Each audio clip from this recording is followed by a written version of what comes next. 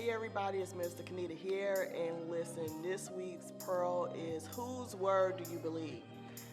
Now, I just want to give y'all a disclaimer. This is going to hit you in the gut. You are going to feel this one because we all do this, right?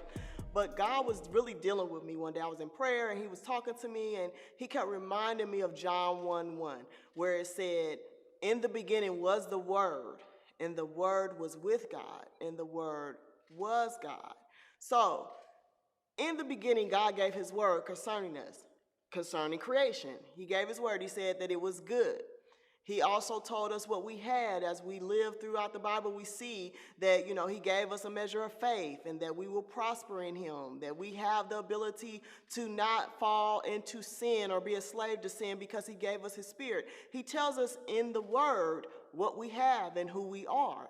But the problem is we've allowed Satan and the enemy to defile what God has already said about us.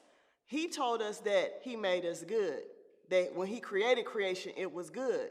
But now the enemy comes and he tries to perpetrate what God has done and defile that and bask it with sin. And so then we have man in society telling us what we believe is not good, telling us who we follow is not good, is not real, telling us that we're ugly and unattractive if we look a certain way. And we begin to believe in that word. But the beginning, the word was God's word. That was the beginning. That's what we should be believing.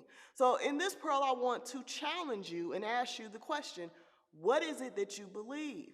What word are you going to hold on to? Are you going to hold on to the word that God gave in the beginning, which was his word concerning you, that you are beautifully and wonderfully made, that you are perfect in his image and will, that you are created, recreated, you have a new heart, you have a new spirit, you are born again? Are you going to believe that word, or are you going to believe the word that the world and society and people that have not created you tell you?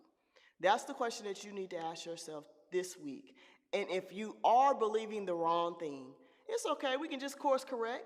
We just do, you know how GPS, it does a little course correction for us to get us on the right track? You could just course correct and just believe that God has the best for you, that he loves you, and this is what he says about you.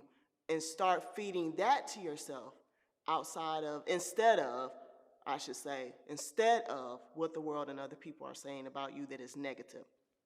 So that's the pearl for this week, and I hope that you really, really do the work and change your mindset and be renewed in the spirit. Have a good week.